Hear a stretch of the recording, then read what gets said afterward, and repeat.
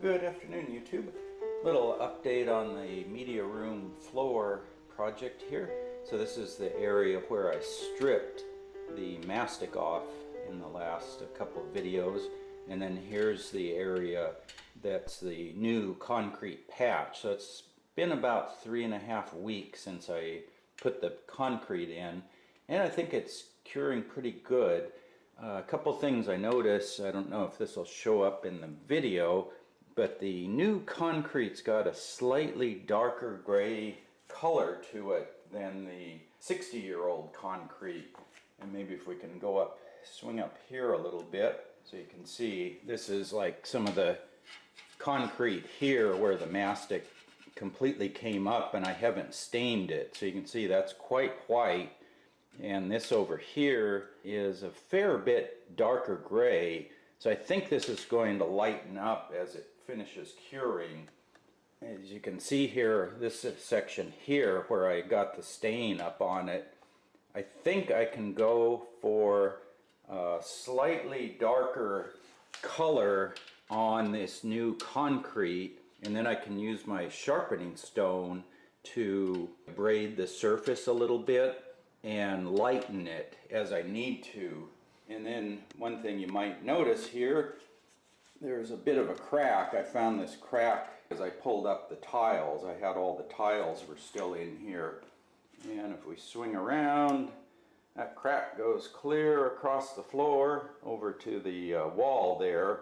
And then there's also a second crack running up. It's a much finer crack running that way. So yeah, here's the crack that was in the floor. Initially I saw it over here, and I went and stripped the mastic off, and then I was thinking that maybe the crack was only in this particular area, but then as I found it went clear across the room. So at that point I decided to fill the crack with a little bit of thin set. You can probably see the residue there. So in the area I haven't stripped, when I take the mastic off, I think this excess thin set beside the crack will come off. But over here, just like applying drywall mud, you get some of the excess thin set stuck to the concrete. I was working on knocking down the thin set that I'd applied. There used to be a pretty big divot here, and then patched up some nail holes along here, and then I had my crack that I filled over here. And what I found that works really well for that, I have my Craftsman cordless multi-tool here, and I just picked up an assortment of blades and accessories for it. This is a carbide rasp or filing tool for doing mortar, and boy, that just knocks the thin set right off the concrete. You just go over like this,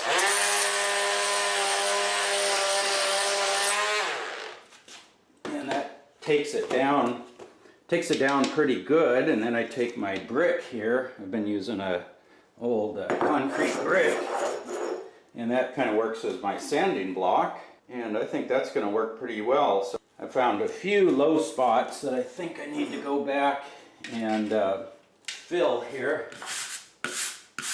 Like you can see, if we can zoom in down there, let's see, right in, yeah, right along here, I've got a little bit of a groove along that crack, so I'm probably going to have to fill that in.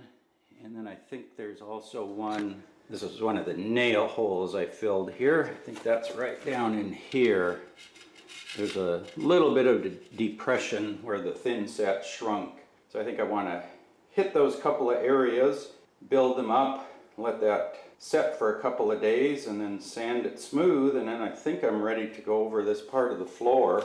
Yeah, just show you that little work in progress there, and as always, thanks for watching.